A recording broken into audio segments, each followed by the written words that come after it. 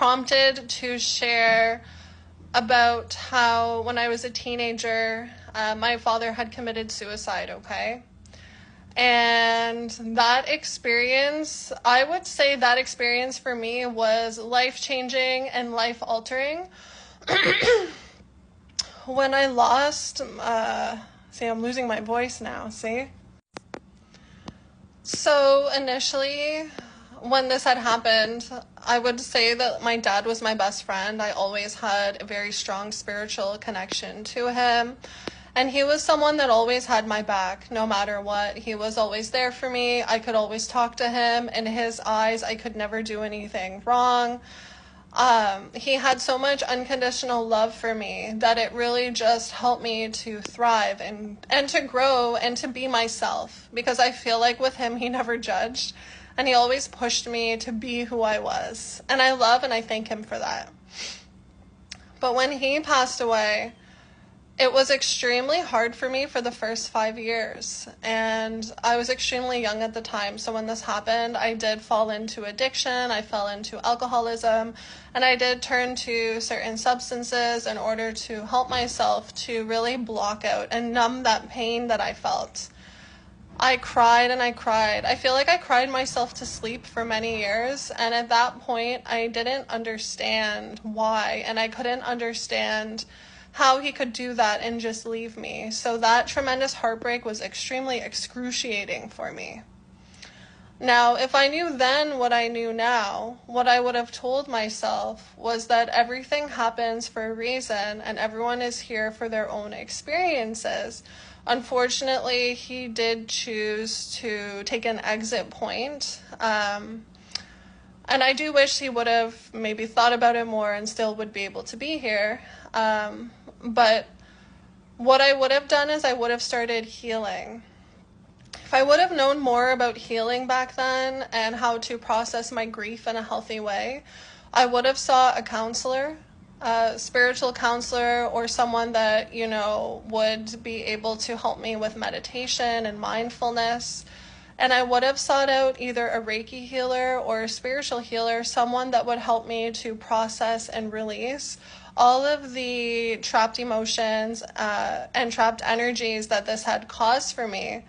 As well, what we don't heal, we can attract into our life in other ways, other situations, through other people. And if I would have known that back then, I really would have taken my healing more seriously. Again, I was around the age of 15 or 16, so it's all a journey and we have to learn.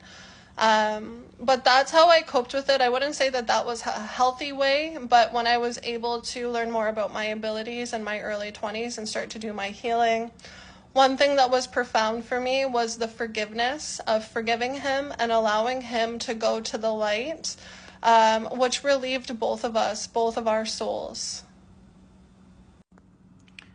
So to anyone who is watching this video and you can understand both sides of the grieving process, and in being someone who has lost someone very near and dear to them, and also if you're someone who has experienced suicide or having someone that you love very dearly pass away due to taking their own life, I sympathize with you.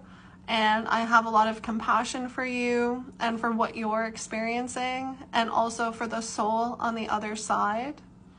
So another thing that I found that was helpful for me to be able to cope with the loss was when I was able to understand and fully accept and develop my abilities, and I was able to personally connect with my dad. Now, I can do it still, but when I was first able to do this, I found such profound healing in being able to have a conversation with him after he had passed. And this is why I love doing mediumship readings, and I love being able to connect people to people.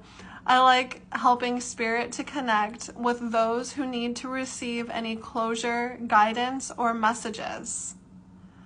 So guys, I really want you, if you have gifts and abilities and you haven't fully opened them, to just experiment, okay? And try to understand what your life purpose is. And I guarantee you, all the things that you've been through, there's always a reason for it. God doesn't allow us to suffer for no reason. And a lot of the times we go through things that grow us, give us experience, and they are connected to why we are meant to be here. So I hope that you found this video to be uplifting and helpful. And again, if you're someone that is currently going through the grievance process, you can always contact me. We can do a mediumship reading. We can do soul counseling. We can do any type of healing modalities that you may need at this time, or you just might need someone to talk to or to listen. I would encourage you to go ahead and check out our website.